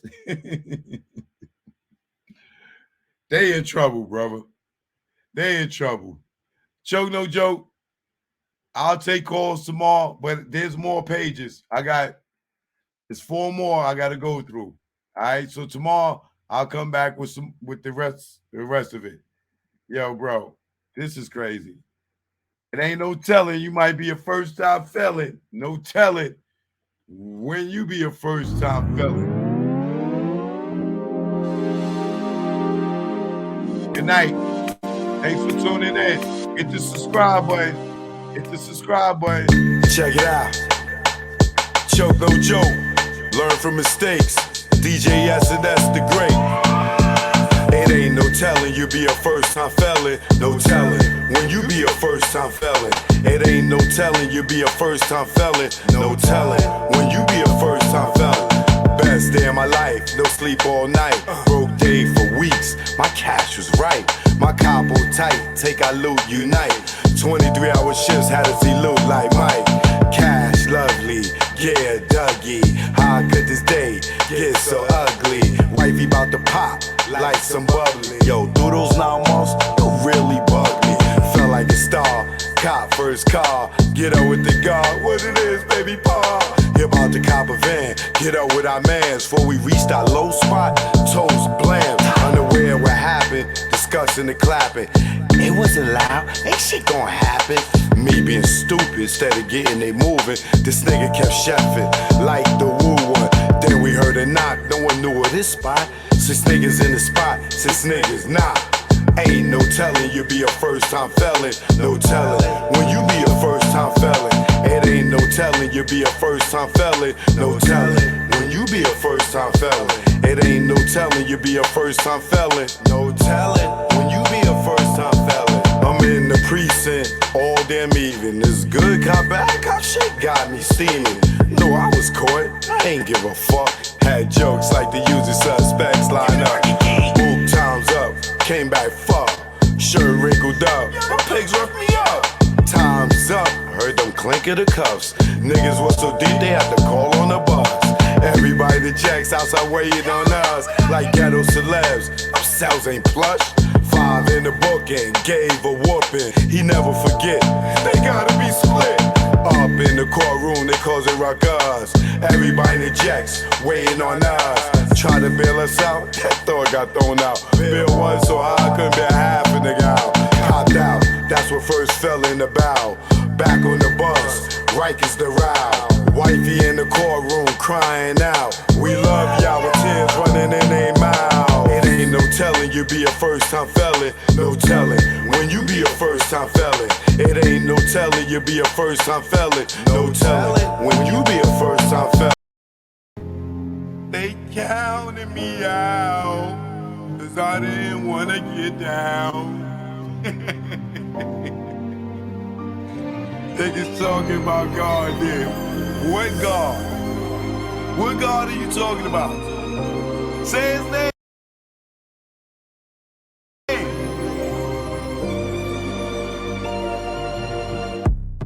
This nigga went Eric Benet.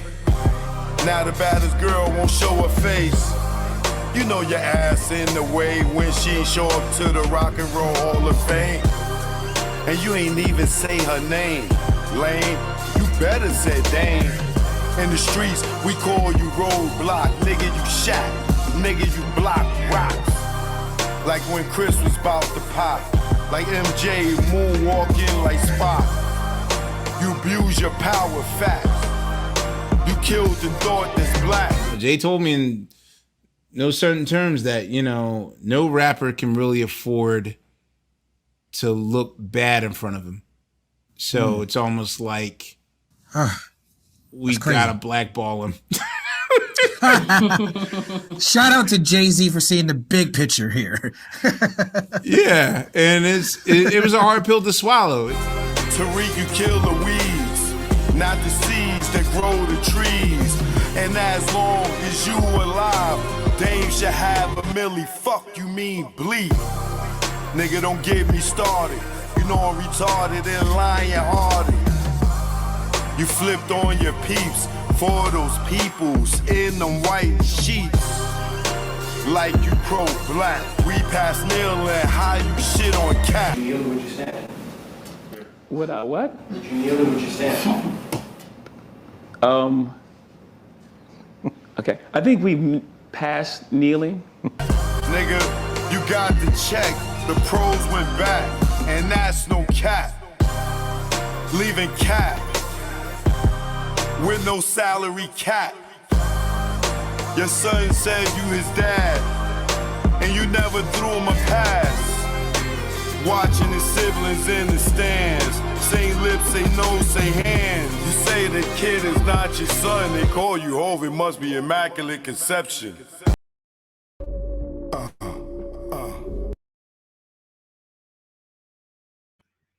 Y'all want to see when Tupac fired Reggie? Here go the facts. 8/27, right before Vegas. You see that? 2 right-way security from Tupac Shakur, 8/27. And it says right there what? Reggie, please be advised that I am no longer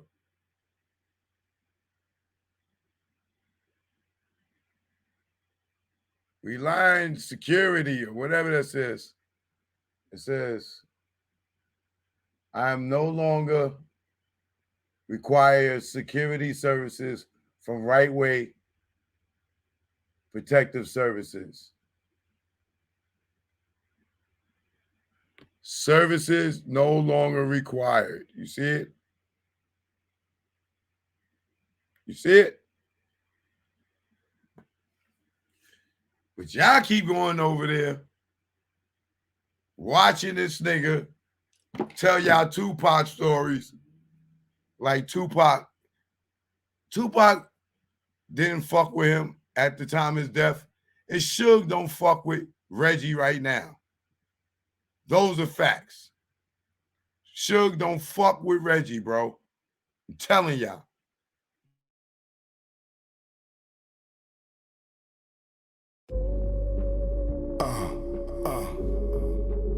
Choke no joke.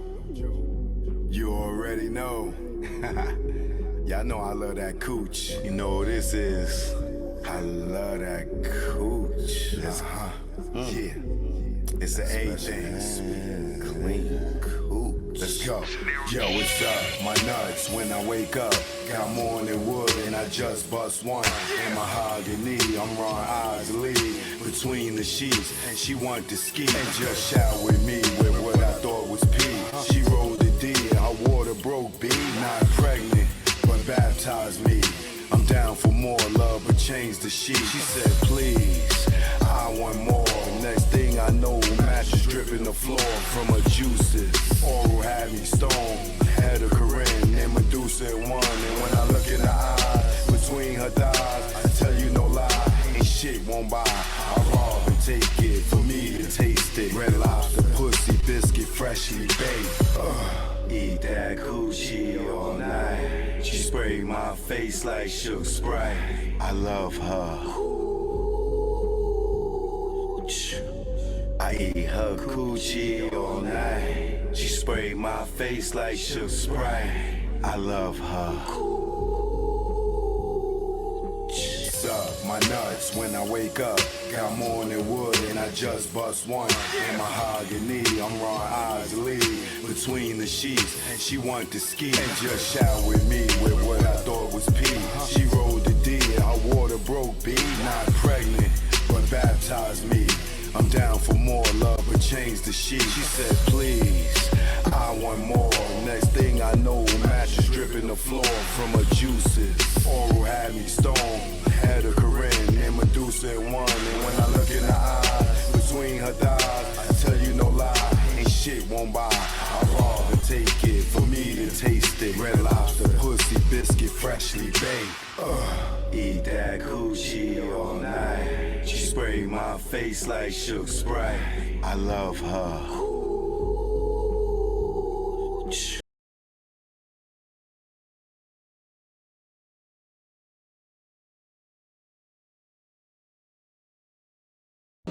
Choke, no joke, no joke. You know what it is.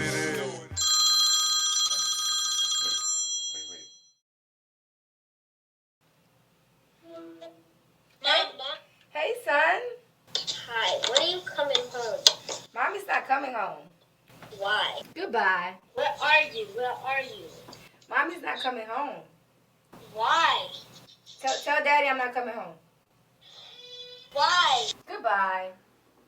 Bye. What am I supposed to do? Tell this 10-year-old boy I'm getting some new dick or something? Check. Yeah. Choke, no joke. Know what it is. This go out to the desperate housewives in New York, Atlanta, Texas, California, Miami, Mississippi. I never thought in my life, not me, I fall for another man's wife. Oh God, I know that it sound trite. I'm caught up with a desperate housewife. Yeah. I never thought in my life, not me, I fall for another man's wife. Oh God, I know that it sound trite. I'm caught up with a desperate housewife. It was quick how it happened. We was just chatting, had a lot in common. I kept her laugh in the department in which a man was lacking. He was the king of the ship. Somehow I became captain. My swag on platinum, all my gold just smacking. Then phone sex had happened. Things went left. Our common interest in sex, something like Little Kim and Hugh F. We knew if we met, it would be electric. Then the day came and we met. It was beyond my dream, a dream so sweet it made me scream. It was like a dream, knew why he made a queen. I wanted to find Marty McFly and use that time machine. Run up in the church, create a scene. Object to that wedding and give him my ring like I never thought in my life, not me, I fall for another man's wife. Oh God, I know that it sound trite. I'm caught up with a desperate housewife. Yeah. I never thought in my life, not me, I fall for another man's wife. Oh God, I know that it sound trite. I'm caught up with a desperate housewife. I fell harder than a mother, my number one lover. Yo, under them covers was like no other. Had everything in common. I used to love her until he bugged her. Bitch motherfucker, device in the whip, had to call it quits. Hit us like a brick, we both sick. Now she got dilemma, like Kelly the kids. I'm calm, wish I never met the chick. Missing her seafood and our trips. Sex in the soul house, we did that shit. Sexing on the tent, we risked that shit. We both freaky as fuck, I miss my chick. Well, never mind, dare to take him off of mine. Kindred spirits, just the wrong time. Get divorced, you can hear my line. Until I repent, it's next lifetime. Like, I never thought in my life, not me, I fall for another man's wife. Oh God, I know that it sound trite. I'm caught up with a desperate housewife. Yeah. I never thought in my life, not me, I fall for another man's wife. Oh God, I know that it sound trite. I'm caught up with a desperate housewife. Joke, no joke, you already know. It's that south side of Eden Wall flow. We out of here.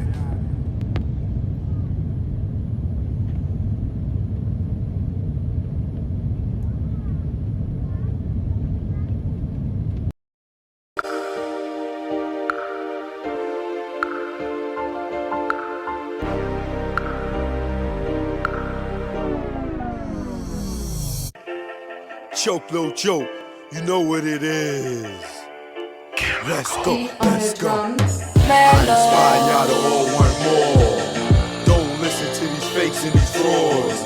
They don't own cars with Lamborghini doors. When hype show cut, it's back to the store. I was born in the Jackson, this shit was hell. The place where I saw soldiers fall. Some simply for nothing at all. Some cause they lived on the other side of the wall. Now this might sound crazy, love what the hood made me.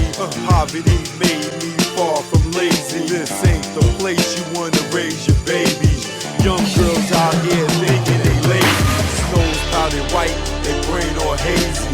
Ask them what they wanna be, they look at you crazy. These young cats out here looking all angry. I was just like them, sometimes the music made me act other than myself, no influence lately. Cause behind the scenes, they not living greatly. And I found out that most of these cats never sold jacks or the penitentiary. Let's go. I inspire y'all to all want more. Don't listen to the face in these floors. They don't own cars and Lamborghini doors. The hype yo cut is back to the store. I inspire y'all to all want more. Don't listen to the face in these floors. They don't own cars and Lamborghini doors. The hype yo cut is back to the store. They not selling drugs, they really not thugs. If they was, where are the slugs? Do you see them when you cop your drugs? Pulling up with S to B in the front? Nah, it's not what they got, it's what they want. In the jungle, we all on the hunt. It's chemical. It's chemical beats. You know what it is. Joke, no joke. Good night. I'll catch y'all in the morning. Please subscribe to the new channel. I'll see y'all in the AM. All right. Peace.